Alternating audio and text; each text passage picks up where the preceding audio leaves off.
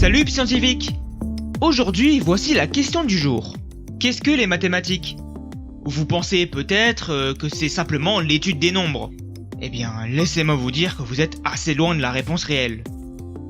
En réalité, il est difficile de répondre clairement à cette question, donc pour ce faire, je vais vous inviter à un voyage historique jusqu'à l'origine même des mathématiques. Allez, suivez-moi. Il nous faut remonter des millénaires avant Jésus-Christ, bien avant la notion même de mathématiques, pour trouver les premières origines de ce domaine. Enfin, en quelque sorte. Vous voyez, comme tout en histoire, il est souvent assez compliqué de trouver une origine précise à un événement ou à un domaine donné. Cependant, je vais tout de même vous donner une liste non exhaustive de potentiels candidats pour l'origine des mathématiques. À commencer avec le Sumer, en Mésopotamie.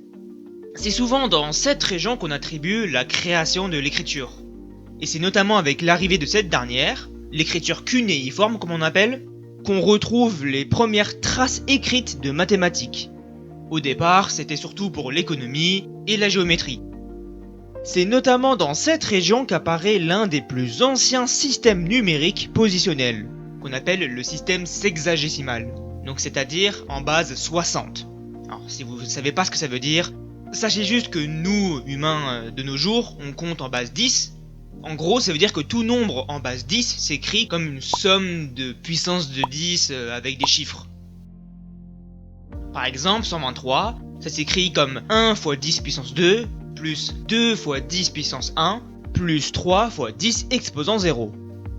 Et ben, en base 60, donc dans le système sexagésimal, on a des puissances de 60 pour représenter les unités, les dizaines, les centaines, etc. Ce qui est assez intriguant comme système de numération quand même. C'est notamment autour de 2000 avant Jésus-Christ qu'on a daté pas mal de tablettes avec des calculs mathématiques assez complexes. On avait notamment des algorithmes d'extraction de racines carrées et aussi des résolutions d'équations du second degré. Mais on trouvait aussi des tables d'inverse, parce qu'en fait à l'époque pour diviser, ils multipliaient par l'inverse, ainsi que des tablettes contenant des triplés pythagoriciens, donc c'est-à-dire un nombre au carré plus un nombre au carré égale un nombre au carré. Cependant, on ne peut pas dire que les Babyloniens connaissaient le théorème de Pythagore, parce que dans nos traces historiques, on ne retrouve aucune preuve comme quoi ils arrivaient à faire le lien avec la géométrie. Maintenant, pas très loin, on a aussi l'Égypte. Là-bas, on a trouvé des traces du système décimal additionnel, ainsi que des fractions, des méthodes pour résoudre des équations linéaires, et notamment pas mal de formules et de travaux sur la géométrie, notamment pour l'irrigation, l'architecture, etc. C'est d'ailleurs dans ces travaux qu'on a trouvé des approximations de pi. Il y a un papyrus mathématique qui est assez connu dans l'histoire des maths justement, c'est le papyrus de Moscou. Alors non, ce papyrus n'a pas été trouvé à Moscou, c'est pas en Égypte, c'est juste que maintenant il est exposé là-bas, c'est tout. On trouve des traces de mathématiques en Chine, principalement dans l'œuvre intitulée Les 9 chapitres sur l'art mathématique, datée du 1er siècle après Jésus-Christ, mais qui, d'après certains, regroupe aussi des résultats sûrement déjà connus bien avant. Assez similairement, on trouve beaucoup de traces de géométrie, d'arithmétique, ainsi que des méthodes de résolution de systèmes linéaires qu'on appellera plus tard la méthode du pivot de Gauss. Et enfin, dans la vallée de l'Hindou, on trouva aussi assez similairement des traces de mathématiques indiennes, surtout géométriques et applicatives. Applications en architecture, calcul d'air ou de volume. D'ailleurs, les historiens sont plutôt certains que les Indiens à cette époque connaissaient déjà certaines relations ressemblant beaucoup au théorème de Pythagore.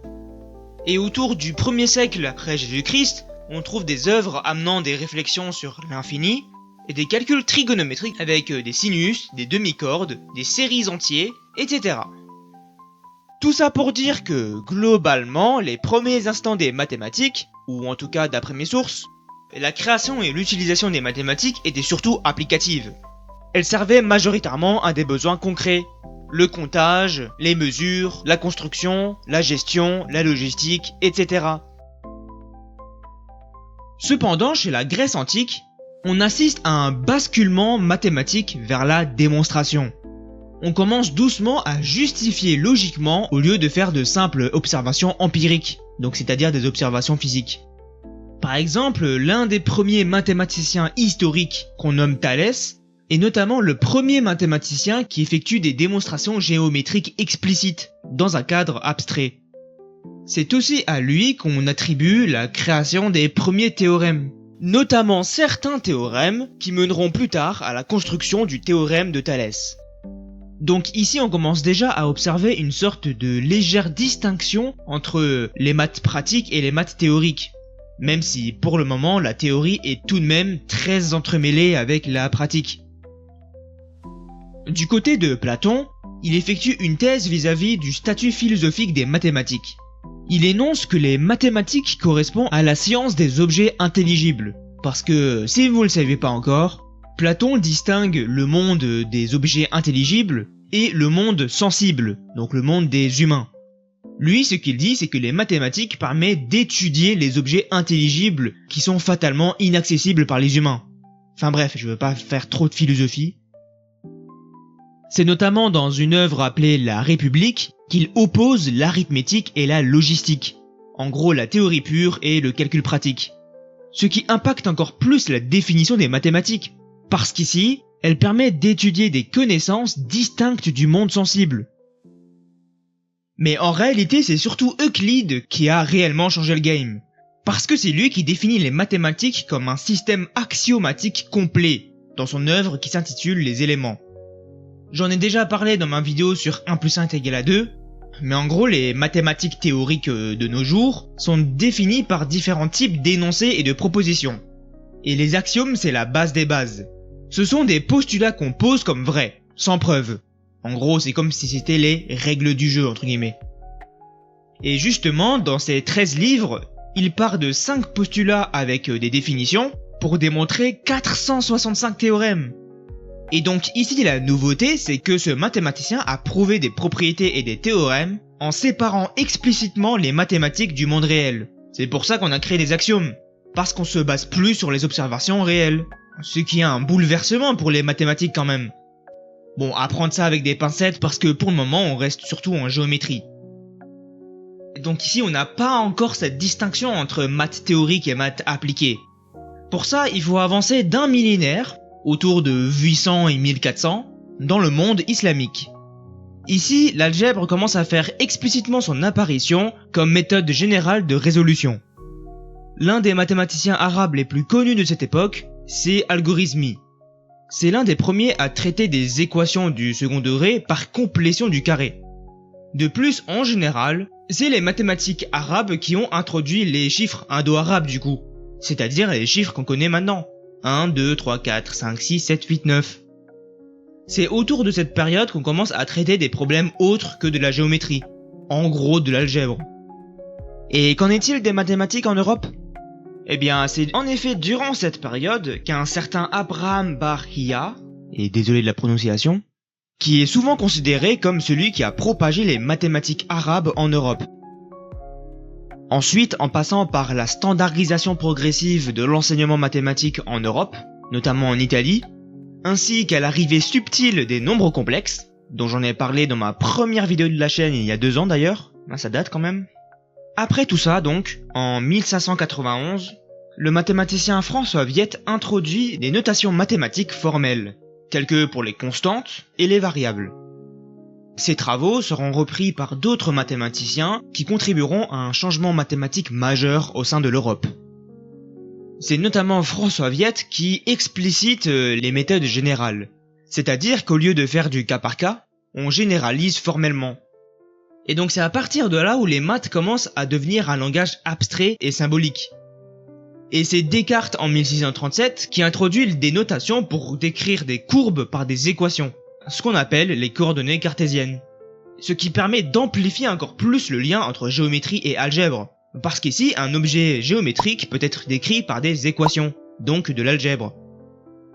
Après cette mise en place d'un langage algébrique plus rigoureux, un nouveau chapitre des mathématiques s'ouvre avec Newton et Leibniz, les pères du calcul infinitésimal et de l'analyse. Vous voyez, c'est les dérivées, les intégrales, etc. Et c'est à partir de là que les scientifiques commencent à comprendre que la théorie mathématique indépendante du monde réel permet aussi de jouer le rôle d'un outil pour la physique. Ensuite, sans trop rentrer dans les détails, les mathématiques continuent de se structurer. Par exemple, Euler enrichit l'analyse et les nombres complexes, Gauss et Cauchy renforcent la rigueur des limites et de la convergence, Cantor et Hilbert poussent encore plus loin l'abstraction, en ouvrant la voie à la théorie des ensembles et à l'axiomatisation des mathématiques. Mais il existe un exemple d'œuvre en particulier que j'ai envie de citer, qui marque cette volonté d'abstraction pure, c'est Principia Mathematica, écrit par Whitehead et Russell entre 1910 et 1937. C'est un livre qui a pour but de reconstruire l'entièreté des mathématiques à partir de logique pure seulement. On y définit notamment ce qu'on appelle les axiomes de Peano, et c'est justement dans ce livre qu'on trouve la preuve que 1 plus 1 est égal à 2. Vous pouvez penser que c'est débile, mais en réalité ici ça met en lumière le fait que les mathématiques doivent strictement rester dans un cadre abstrait, déconnecté du monde réel. Et c'est la multiplication de ces travaux qui mène progressivement à la séparation entre maths théoriques et maths appliquées. On comprend ainsi que les mathématiques ont évolué au cours du temps. D'abord essentiellement en pratique, fondée sur le calcul et la géométrie appliquée.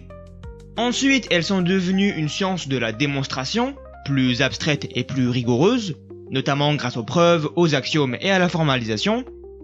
Puis, avec l'apparition de nouvelles branches comme l'algèbre et l'analyse, leur champ s'est encore plus élargi. Mais au fond, les mathématiques ont toujours été un outil de raisonnement logique.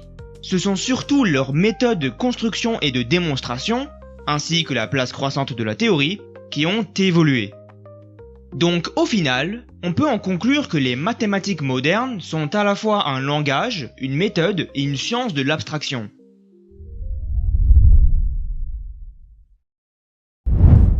A noter que tout ce que j'ai dit durant cette vidéo est à prendre avec des pincettes. Même si j'ai personnellement pris beaucoup de temps à faire cette vidéo justement pour veiller à la fiabilité des sources historiques, gardez en tête que je n'ai uniquement cité des exemples précis. Mais en réalité, pour avoir une meilleure compréhension de tout ça, il vaut mieux faire vos propres recherches. Sinon, à part ça, je suis au courant que ça fait un petit moment que je n'ai pas publié de vidéos régulièrement. D'ailleurs, j'en parlerai dans ma prochaine vidéo pour les 1000 abonnés. Mais dans tous les cas, j'espère que cette vidéo vous a plu. Si c'est le cas, n'hésitez pas à la liker. Sinon, vous pouvez faire part de vos remarques et critiques en commentaire. Et si vous ne voulez pas rater le fil de publication des vidéos, n'oubliez pas de vous abonner. Sur ce, moi je vous dis à bientôt sur Lucky Science.